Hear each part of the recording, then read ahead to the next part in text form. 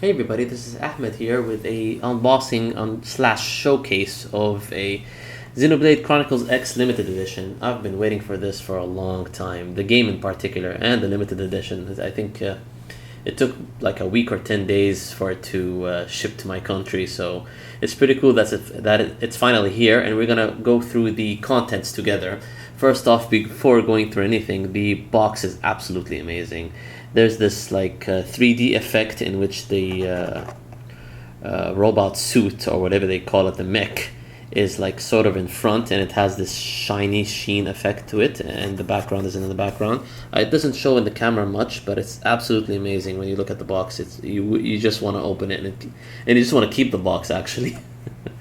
So the first thing you'll will see is the art book, and it's as most art books with limited editions, this it's pretty good actually, and it has a lot of behind the scenes content on Xenoblade X.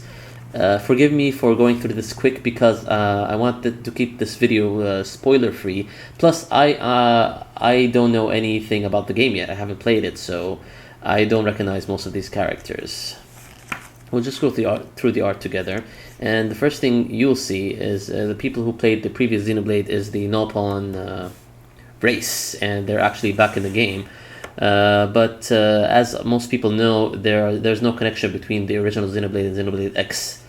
It's like sort of like a spiritual sequel. So even if you played this game, you don't fresh, and you didn't play the previous one, you can understand the full plot. So that's pretty good. And as any JRPG, you'll find the art very inspired by like tropes that are known in Japanese RPGs and animation in general. In particular, Gundam. A lot of the elements pulled from Xenoblade X is, you feel that you watched it in some sort of Gundam movie or animation series and whatnot.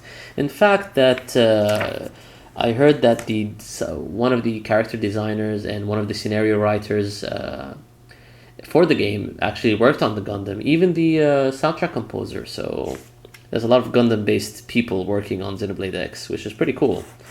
Any Gundam fan will definitely like playing this game, or looking forward to playing it actually. I'm trying to convince my friend, who is a huge Gundam fan, but he doesn't like the JRPGs or the Wii U, to play this.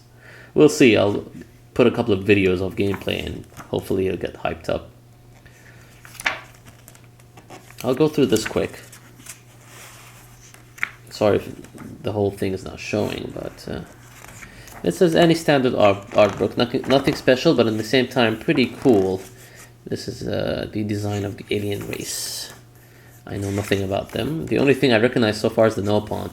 But what I'm seeing so far is Xenoblade X is more heavily inspired by futuristic mechs and whatnot, compared to fantasy. The original Xenoblade had an equal mix of fantasy-based medieval elements and futuristic elements. This one leans more toward the futuristic space-themed elements in comparison to the fantasy. But there are some couple of medieval things here and there. Most of the environments seem like futuristic or space-based, but as you can see, some of the armors, it's a mixture between like futuristic and samurai-based. So yeah, even these here, very Master's Chief-esque, don't you think? So it's pretty cool. I like the design so far. Here's homes. When they say version home means human. This is the human species, or the human race. So there are some, like I said, the Nopon in the homes, the common elements from Xenoblade, the original Xenoblade Chronicles. Very, very nice. I don't know why it reminds me of Gundam, even though I'm not a huge fan of it, the series. Haven't watched Gundam yet, but I do know of it. And these are the monsters you fight. But it's pretty cool. I like the art book so far. Go through a bit quicker. Yeah, this is what's on the box itself. Strange elephant color concept. Very Gundam-esque. Give a close up to this so you could see. Yeah, very Gundam-esque. What a weird armor. Some of the environments of the game. I heard that it's really open world based, so you could immediately explore as much as you want initially, which is pretty cool. The original Xenoblade was the same thing, so looking forward to this one. There we go. Very nice. So that's the art book, and this is the back cover of the art book. Very, very nice. I love the covers, actually. Really cool and creative. And what we have next is the game itself. Nothing special. It's just the game. As any Wii U game. Obviously, I got the disc, and a lot of people who opted for the download version, they do say that it's a bit faster because the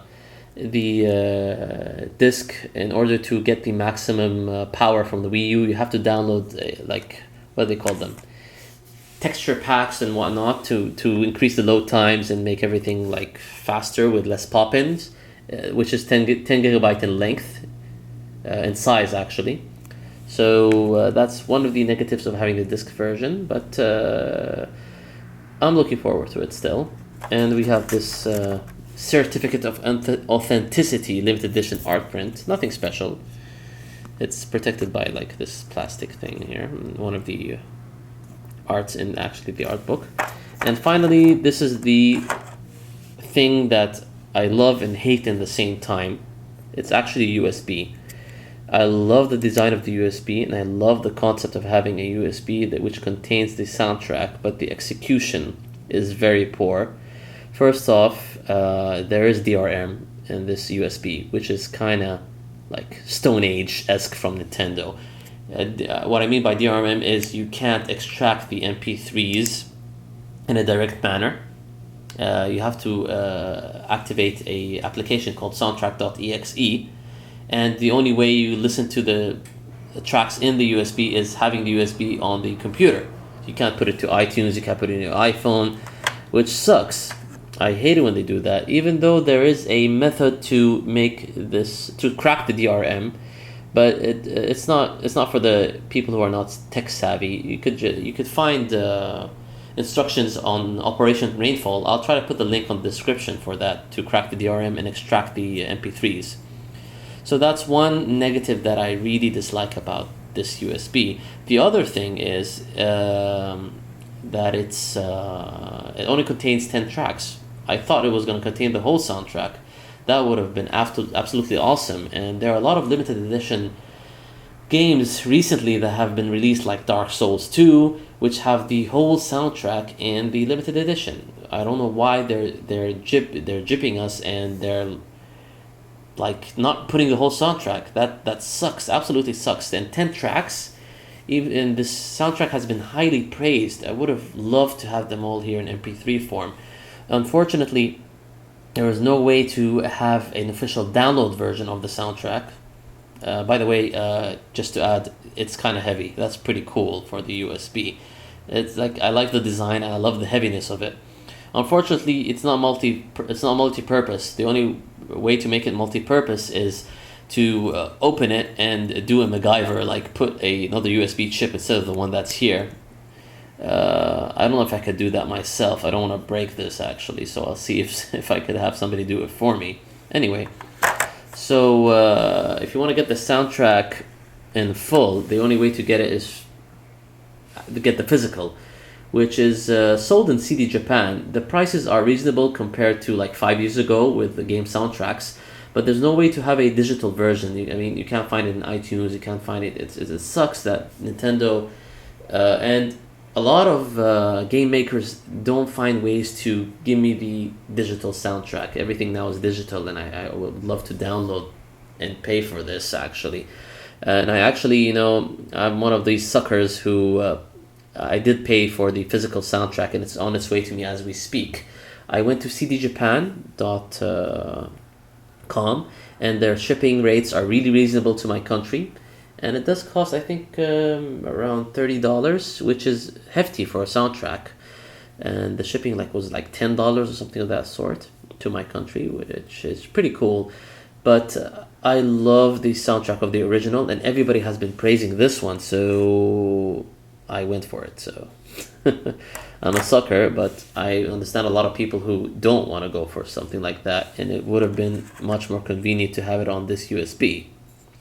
But Nintendo, sometimes they have these like Stone Age-esque mentalities with the limited editions, which is unfortunate. So I've been rambling for too long here, and this is the showcase for Xenoblade Chronicles X. Expect some videos soon.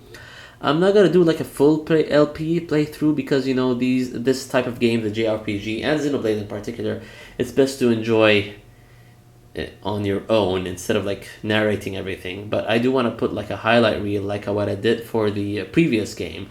You can find a lot of my videos for the previous game on Project COE. That's the channel that I used to put videos on, and it's been getting a lot of like attention for the past couple of months, and I like that. It didn't get attention when I first put the videos in, but it did get attention recently when everybody has been playing Xenoblade, especially when the 3DS port was out. So that's pretty cool. And that's it with my unboxing showcase rambling on the soundtrack video. Hope you've enjoyed, and look forward to some Xenoblade videos soon, and others, obviously. Catch you guys later. Peace out.